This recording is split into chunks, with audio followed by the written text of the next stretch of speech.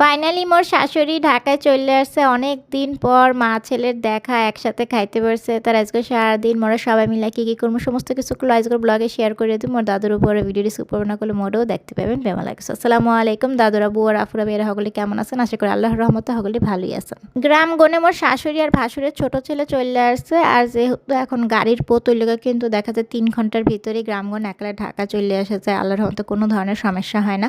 আর মোর শাশুড়ি গুলো তার ছেলের পছন্দের কিছু খাবার নিয়ে আসছে। আর এই যে এই পাতিলে যে দেখতে পাইতেছেন দুধ চিতুই পিঠা অর্থাৎ ভিজাইনা পিঠা, এটা আমাকে ভাইয়া খাইতে ভালো পায় না। এটা হলো মোর যা অর্থাৎ মোর ভাসুরের বউ মোর লইকে পাঠাইছে আর কি। এই পিঠাটা মিঠুনটু খাইতে ভালো পাই।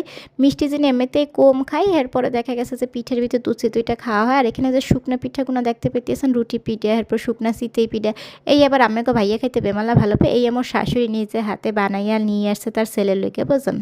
তার আমাকে ভাইয়া যা খাইতে ভালো পায় এইগুলো মোর শাশুড়ি রাঁধে নিয়ে আসছে। দেখতে পেতেছেন শোল মাছ দিয়ে এরপর লাউয়ের তরকারি। এই তরকারিটা মায়ের হাতের বেমালা ভালো হয়। এরপরে এগুলো দেশি মুরহার ঝোল পাক করে নিয়ে আসছে। তার এই তরকারিগুলো আমাকে ভাইয়া খাইতে বেমালা ভালো পায়, ওইলেগে কিন্তু মা নিজে হাতে রান্না করে নিয়ে আসছে। আর এই যে চিতই পিঠে দিয়ে এরপর দেশি মুরহার ঝোল আর কি গ্রামে যেভাবে খাইতো ওইভাবেই রান্না করে নিয়ে আসছে। আমাকে ভাইয়া যেন ভালো পায়। আমাকে ভাইয়া আসার পরের দিনে বেমালা বাইরে যাওয়া পড়তে আসে ধুলাবালিতে গালে একসের গোড়া হইতেছে, বুঝছেন। তার স্কিন কেয়ার এককালেই করা হইতেছে না। তার ভাবলাম যে আবার একটু স্কিন কেয়ারটা শুরু করি। প্রথমে এগুলো দেখতে পাইতেছেন কোরিয়ানদের একটু রাইস ফেস ওয়াশ। এই ফেস ওয়াশটি আমি সবসময় ব্যবহার করি। এর আগেও ওগুলো আমি এগুলোকে শেয়ার করছি, ব্যবহার করতে করতে এককালেই শেষ হয়ে গেছে। এরপরে দেখতে পাইতেছেন একটু সিরাম, বোঝেন। এই সিরামটা দিতেছি। সিরামটা এগুলো ফেসের সমস্ত দাগ রিমুভ করে ফেলায়, যে কোনো ছোপ ছোপ দাগ। এছাড়াও ওগুলো ব্রাইটেনিং করে, এছাড়াও স্কিনটাকে স্মুথ করে। আর এই সিরামটা করলে প্রত্যেক দিন রাত্রির কালা ইউজ করে এরপর করলে বেন্নাকালা ঘুমেগুন উঠে ফেস ওয়াশটা দিয়ে ধৌত করে ফেলাইলেই চলবে।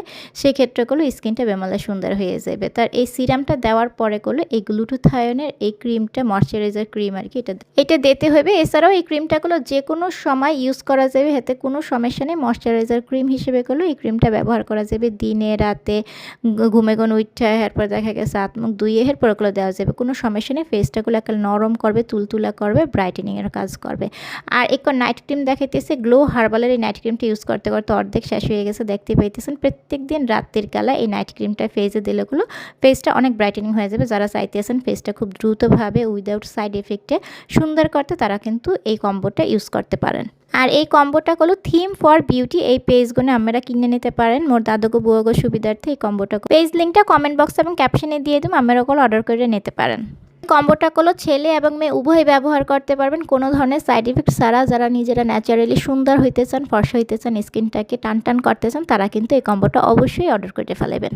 যাই হোক, মোরা কলে এখন নাস্তা খাইতে বসে পড়তে আসি। মোর শাশুড়ি কলে আসতে আসতে প্রায় সকাল 10টার মতো বাজে গেছে, বুঝছেন। তার এখনই কলে মোরা সবাই মিলে নাস্তা করতে বসছি।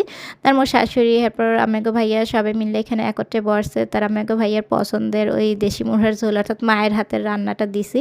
সেই সাথে কলো ফল, এছাড়াও ডিম আলু ভাজি এখান দিয়ে তো করাই হয়েছিল। আর মায়ের ওই রুটি পিঠা আর দেশি মুরহার ঝোলগুলো আমাকে ভাইয়ারে দিছে, বুঝছেন। তাই এগুলো নাস্তা খাওয়া হইতে আসছে। আর ইদানিং আমাকে ভাইয়া আসার পরের দিন এত বাইরে যাওয়া পরে কিংবা এত ব্যস্ততার ভিতরে দিনগুলো যাইতে আছে, এমন ঠান্ডা লাগছে বোঝে না। এককালে কান গলা কামড়াইতে আছে, গলা দিয়ে একালে ডেক গিলাই যাইতে আছে না, এমন গলা ব্যথা কি যে কষ্ট হইতে আছে যা বলার বাহিরে। এর ভিতরে পরীক্ষা আছে, বুঝছেন। আগামীকাল আবার মোর একটা পরীক্ষা আছে।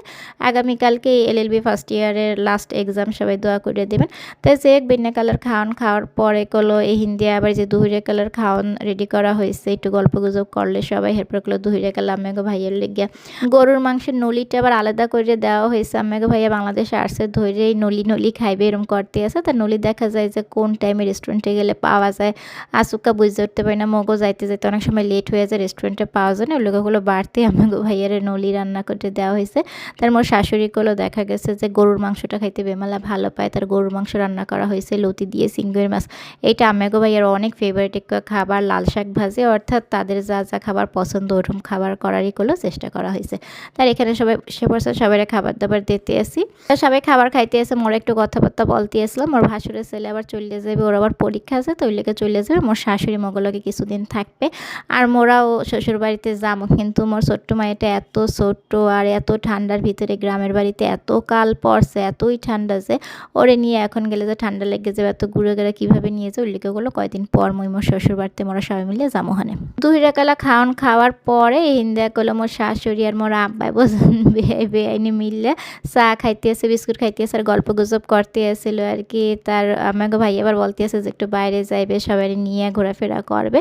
তার এই যে দেখেন দুইজনে সুন্দর করে গল্প গুজব করতে আসছিল। তার চা খাওয়া শেষ করে এরপর মোর শাশুড়ি মোরা সবাই মিলে একটু বাইরে আসছি আর কি, খাওয়া দাওয়া করতাম। আমাকে ভাইয়ের ঘরে একই ভালো লাগে না, বোরিং লাগে, ওই লেগে আর কি বলে যে সন্ধ্যাবেলা চলো একটু বাইরে কোনে যাই, ঘোরাফেরা করে আসি, কিছু খাওয়া দাওয়া করে আসি। তার এই যে চলে আসছি মগো এলাকায় বড় ভাঙ্গা, এখানে এসে কিছু খাবার দাবার অর্ডার করলাম। আর এখানে অর্ডার করছি বলতে আমাকে ভাইয়া হালিম খাইবে, মোর শাশুড়িও হালিম খাইবে। হালিম তারা খুব পছন্দ করে। মোর ধারে হালিম এককালেই ভালো লাগে না, মই তো হালিম খাই না। তার এখানে যার যেটা ভালো লাগবে সে সেইটাই খাইবে, কোনো ধরনের জোর জবরদস্তি নেই।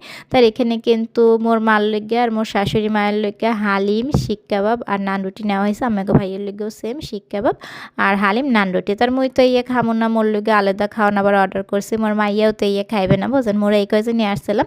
মোর ছোট ভাইয়া আবার ওই সাজেকে ঘুরতে গেছে। এরপরে মোর ছোট্ট মাইয়ারে আবার রাইখে আসছি বাড়তে, এই সময় লেগে আসছি তো এই ঠান্ডার ভিতরে, ওরা সন্ধ্যার ভিতরে আর বাইরে করলাম না, ওই লেগে করলে ওরা বাড়তে রাইখে আসছি। মোর আব্বা আছে, ভাবি আছে, স্বামী সেবেনা ঘুম পাড়ায় রাইখে আসছি। আর এই হিন্দে করলে যে ফ্রাইড রাইসের যে সেট মেনুটা দেখতে পাইতেছেন, 2 piece chicken fry, fried rice আর ভেজিটেবল, এই সেট মেনুটা মই মোর লগে নিয়ে নিছি। মোর মাইয়ে আবার ইয়ে খাবে না, মোর মাইয়ের খাওয়ানো আবার আলাদা, ও আবার নিয়ে নিয়েছে চিকেন মোমো। তাই যে মগো সবার খাওয়ান করলো আলাদা আলাদা, যার যেটা ইচ্ছা সেগুলো সেইটাই খাইতে আসি। মগো ইচ্ছা না হানি খাওয়ান এসে, তার মুই নিছি তো খাওয়ান একালে খাইতে পারতেছি না। মোর খাওয়ানটা আমি পার্সেল নিয়ে নিবো, বাড়তে যায় পরবর্তীতে আস্তে ধীরে খামো। হানে কোথাও এরম করে আসলে না তারা হুটা, অ্যাকচুয়ালি ওরম খিদে লাগে না, শরীর ভালো না থাকলে তো খাওয়াই যায় না, বোঝেন। আর ভাবিরও অ্যাকচুয়ালি একটু জ্বর ঠান্ডা ওই লেগে করলো বাইরে আসতে পারতে আসে না। ভাইয়া একটু বাইরে গেছিলো, তার সবাই মিললে আসলে আরও বেশি ভালো লাগতো।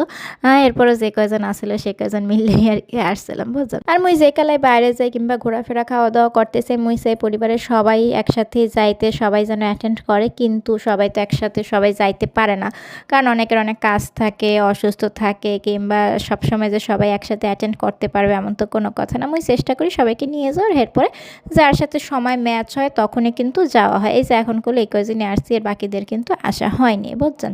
তার মানে এই না যে কেন যায়নি, কি কারণে যায়নি, এইটার জবাবদিহিতা করতে মুই বাধ্য। বাণিজ্য মেলায় মোর ভাবি কেন যায়নি, মুই ভিডিওতে বলছিলাম যে ভাবির একটু জ্বর ঠান্ডা, ভাবি আসতে পারেনি। আপনারা ভিডিও দেখবেন কি ভাবি যায়নি কমেন্ট করে রিপোর্টে ফেলাইছেন।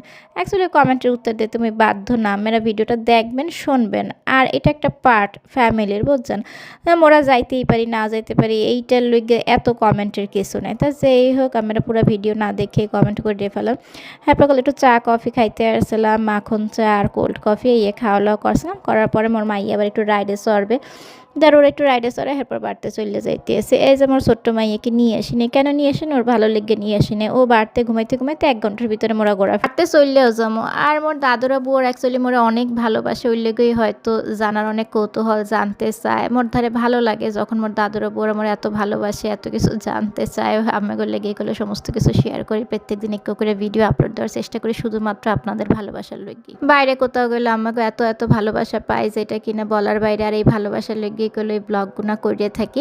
আর মুই যে এই ব্লগগুনা করি, এতে করে আম্মেগো ভাইয়ের কিংবা মোর পরিবারের কোনো ধরনের সমস্যা নাই, বুঝছেন। কিন্তু দেখা গেছে আম্মেগো ভাইয়ের কাছে আশেপাশের কিছু মানুষ কিছু কুপরামর্শ দেওয়ার চেষ্টা করে।